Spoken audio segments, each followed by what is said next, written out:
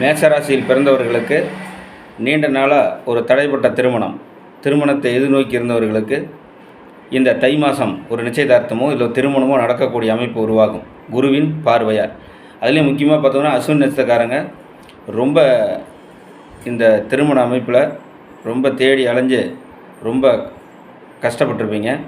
இந்த மாதம் அதுவும் அஸ்வினி நட்சத்திரத்தில் 4ஆம் பாதத்தில் பிறந்தவர்களுக்கு திருமணம் கைகூடும் அமைப்பு உருவாகும். அதே போல் பார்த்தோன்னா குழந்தை பாக்கியத்திற்கு எதிர்பார்த்துக்கிட்டு இருந்தவங்க, இல்லை இதுக்கு முன்னாடி திருமணமாகி குழந்தை பாக்கியம் தள்ளி போயிருந்த நிலையில் இருந்தவங்களுக்கெல்லாம் அஸ்வினி நட்சத்திரத்தில் பிறந்தவங்களுக்கு, அஸ்வினி நட்சத்திரம் அதுவும் முக்கியமாக 4ஆம் பாதத்தில் பிறந்தவங்களுக்கு இந்த தை மாதம் குழந்தை பெறக்கூடிய ஒரு அமைப்பு குருவின் பார்வையால் திருமணம் தள்ளி போயிருப்பது திருமணம் தடை நீங்கி நடக்கக்கூடிய அமைப்பு இந்த தை மாதம் மேஷராசியில் பிறந்த அனைவருக்கும் உருவாகக்கூடிய